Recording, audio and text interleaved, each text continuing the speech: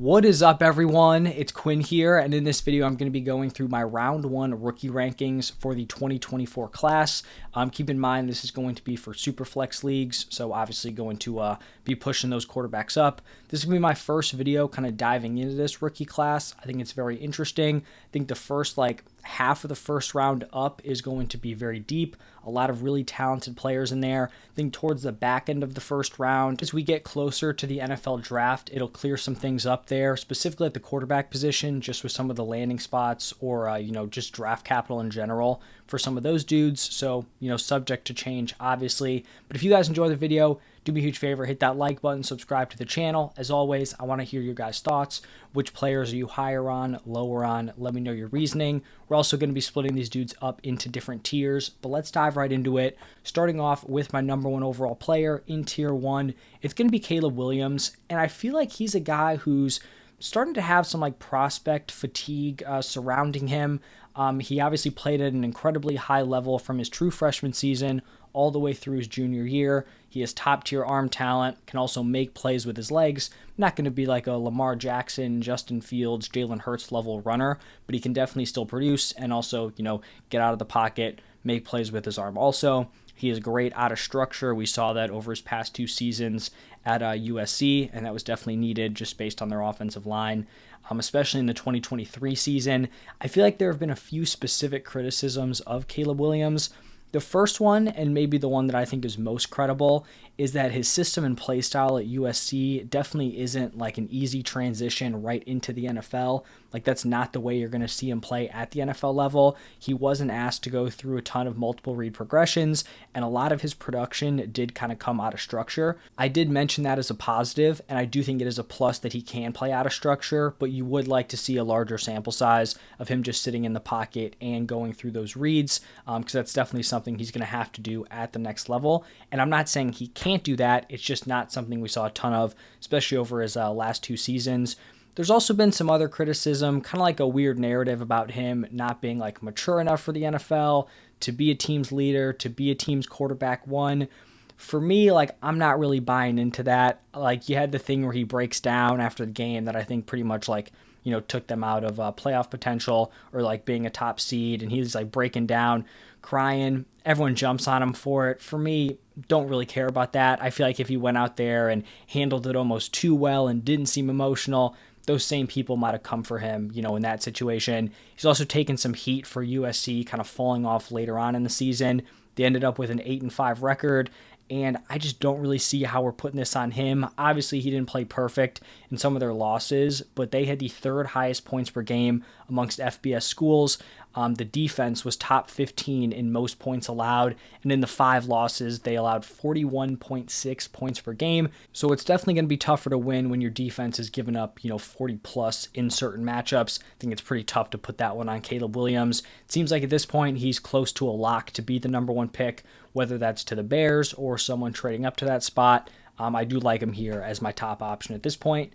Now, my number 2 player is going to be Marvin Harrison Jr., also in tier 1. At this point, it seems like he's pretty much the consensus wide receiver 1, both from a fantasy and dynasty perspective, and then also, what the NFL is looking at. Definitely seems like he's going to be the top wide receiver taken off the board. I actually think that Malik Neighbors is pretty close. I still have Marvin Harrison Jr. as the guy, but I do think Malik Neighbors is very, very interesting also. So Marvin Harrison Jr. played behind JSN, Garrett Wilson, and Chris Olave his freshman season. So didn't do a ton as a freshman, but tough to fault him there just based on that target competition and all those players being older than him. He puts together a big sophomore and junior season. He's an awesome route runner, great hands, great in contested catch situations, and I think the quarterback play was lacking a little bit, especially in his junior season, obviously not as a sophomore, but in his junior year, he didn't have the top-tier quarterback like a guy like Malik Neighbors, so he wasn't able to stamp an absurd statistical season, but obviously still very strong numbers. At this point, looks like he's a lock to be picked in the top 5. Definitely a very interesting draft for these offensive guys. It seems like a lot of them are going to be going off the board in the top 10, which is fun to see. Sticking around in tier 1, we're going to have another quarterback. It's going to be Jaden Daniels out of LSU. And I think there's a pretty strong argument you could make that Daniels has the highest fantasy ceiling in this class, especially at the quarterback position. He put up a dominant 2023 season. In 12 games, he passed for 3,812 yards, 40 passing touchdowns, only 4 interceptions, rushed for 1,134 yards, and then 10 touchdowns. He has strong arm talent, top tier rushing upside. Like, not just a dude who's mobile, can get you some yards. He could come into the NFL and be up there with like the Justin Fields, Lamar Jackson, Jalen Hurts, those dudes in terms of rushing volume and rushing success. Obviously, he was surrounded by talented wide receivers, Malik Neighbors, Brian Thomas Jr. Going to talk about those guys later on also. But it's not like, in his games, he was just finding those dudes wide open all the time when they were carrying him. He was definitely hitting those dudes in some tight windows. He was showing off, and obviously having those talented wide receivers definitely did help. It looks like he's trending towards being a top 5 pick. So with the upside, with his legs, we've seen guys, with that rushing upside in recent years have a lot of success. Obviously Jalen Hurts, Justin Fields, right? We're at the point where 3 years into his career, we don't really know what to make of him, but he has still been a top fantasy option while not necessarily producing like an above average NFL starter. And then this most recent class, Anthony Richardson, obviously didn't stay healthy, but in the games he played, he looked like a very, very strong fantasy option. And now wrapping up tier 1, another quarterback here, the third in tier 1, it's going to be Drake May. And if you had Drake May higher, I wouldn't push back too hard. Looks like he's going to be a top 5 pick also. He has the ideal quarterback size. He also is a dual threat, not going to have the rushing ceiling of a guy like Jaden Daniels, but still very mobile, can make plays with his legs. And after he sat behind Sam Howell in his freshman season, very strong back-to-back years in 2022 and 2023. So definitely think he's worthy of being here in tier 1. Now shifting into tier 2, I'm going to start off this tier with Malik Neighbors. And I do think this tier 2 kind of has the potential to just kind of like merge into tier 1 at some point, especially when we get like landing spots and draft capital, all that. But at this point, going to have Malik Neighbors leading a very small tier 2. Like I mentioned, he's my clear-cut wide receiver 2 behind Marvin Harrison Jr. He broke out as a sophomore, 72 receptions for 1,009 receiving yards. Monster junior year, 89 receptions, 1,569 receiving yards, and 14 touchdowns. He's a great athlete. I think he's going to test very well at the combine. Great after the catch. And at this point, I would be very surprised if he slips out of the top 10. I think a landing spot with the Chargers would be ideal. I mean, that would be just perfect. Match him up with Justin Herbert. Would love to see that. And it definitely does seem like that is in the range of outcomes here. And then my other guy in tier 2 is going to be Brock Bowers, only tight end in this video. And he's pretty much as good of a tight end prospect as you're going to find, especially like for fantasy purposes, right? We don't care a ton about the blocking, if any, about the blocking. So as a pass catcher, he's as good as you're going to find. I think it'll be interesting to see how, people in the fantasy community kind of view Brock Bowers, because I feel like Kyle Pitts was the last tight end who was kind of talked about with a ceiling comparable to Brock Bowers, both being really strong pass catchers. And there's no doubt that Kyle Pitts has not really worked out for fantasy. Not saying that I don't think, he's going to be a top option moving forward, but just at this point, he hasn't been a great hit. So on one hand, I could kind of see people being maybe a little bit scared off, right? The last time we saw a guy go this high in rookie drafts, he didn't really pan out. But on the other hand, we're coming off a season where we had a lot of young tight ends find success. I mean, specifically looking at the rookies, guys like Sam Laporta. I mean, Laporta was fantastic. You also have Kincaid as a rookie who looked really solid. And those were guys who are not even talked about like in the same stratosphere as Brock Bowers when it comes to prospects. It's really rare to see tight ends put up big receiving numbers like at any point in college, but he broke out as a true freshman, 56 receptions for 882 receiving yards and 13 touchdowns. To put that into perspective, he had more receiving yards in his freshman year than Harrison Jr., Neighbors, and Odunze put together. All three of those dudes did not match the receiving yardage total for Brock Bowers. He followed it up with 2 more impressive seasons. I think he could be a top 10 pick. When we're looking at some of these top tier weapons, I do think if there was one guy who maybe might slip, it could be Bowers, but I definitely don't think that's because of his ability. I just think it could come down to like team need and, just kind of random factors there. So Brock Bowers, very interested in him at the tight end position. Now pivoting into tier 3, Going to start off this tier with Rome Odunze, and I think some people may think this is too low. I feel like people are viewing this as like a very clear top 3 with Odunze, Neighbors, and Harrison Jr. And I do have him as my wide receiver 3, but I do think there is some separation from Harrison Jr. and Malik Neighbors, at least in my opinion. He didn't have like the big sophomore year production like the other 2 dudes, which I do think is important, right? He didn't have that super early breakout, but he put together very strong junior and senior seasons. There's really not a ton of holes you can poke in Odunze as a player. Great size, 6'3", 200 pounds. He's a strong route runner, has strong body control, specifically near like the sideline, contested catches, and it also looks like he's going to be getting that draft capital as a top 10 pick. So tough to not like him. And then my other tier 3 wide receiver, I do think there's some variance on how people are viewing these wideouts. Personally, I really like Troy Franklin. He had a year 2 breakout, 61 receptions for 891 yards and 9 touchdowns. Followed that up with 81 receptions for 1,383 yards and 14 touchdowns as a junior. He has legit speed. He is a top deep threat, 17.1 yards per reception as a junior. He's 6'2", so decent size height wise, but he is kind of very lanky, only 170 pounds. So he's not going to go out there and be super physically dominant.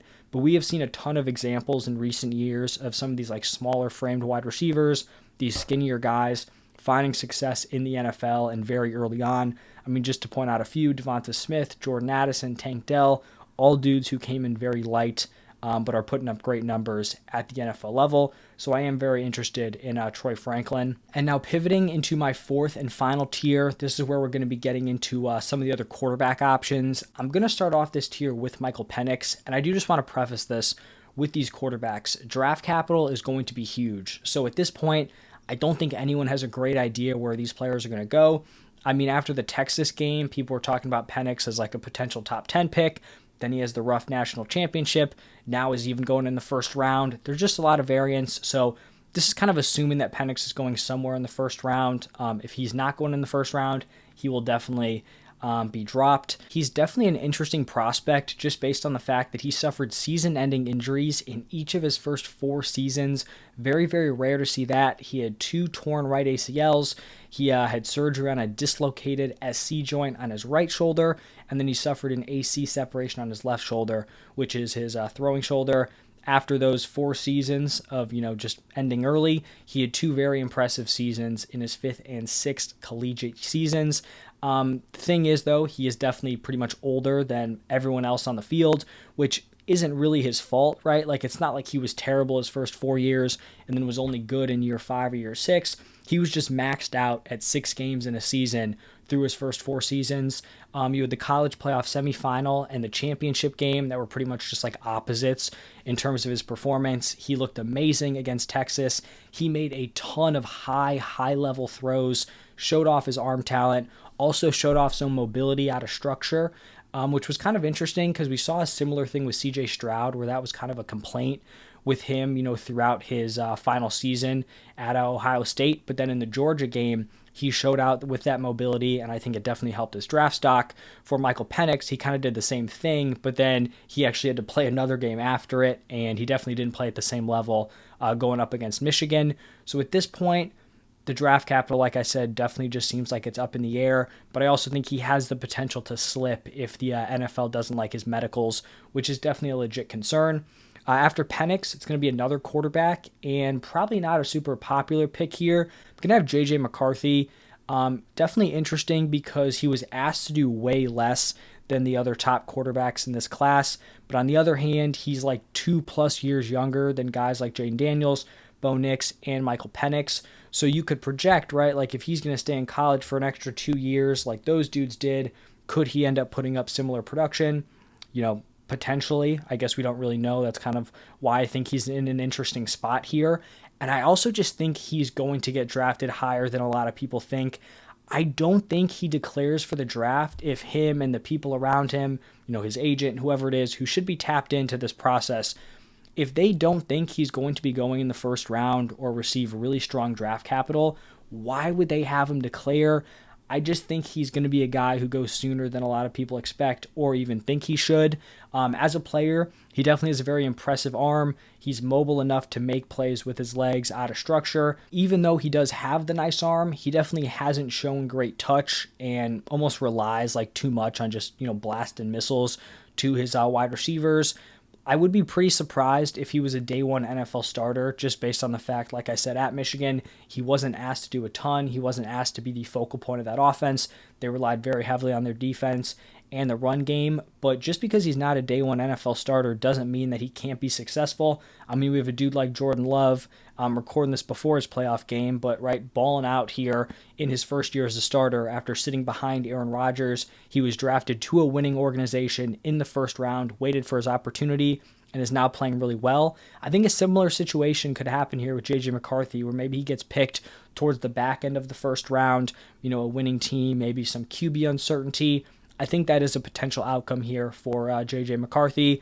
And now pivoting into my final tier 4 player that is not another quarterback, Brian Thomas Jr. I think the wide receiver position definitely gets kind of congested here for me. I could see an argument for multiple different wide receivers. Brian Thomas didn't have a huge season until his junior year in 2023, but he caught 68 passes for 1,177 yards and 17 touchdowns. Just a massive overall year. Plus, it looks like the NFL is very interested in him. Could be like a mid-first round pick. So it definitely seems like he is going to be getting first round draft capital. And then my final player in these rankings, it's going to be another quarterback. It is Bo Nix, wrapping up tier 4 here. A guy who had a lot of experience in college, played in 61 games over 5 seasons.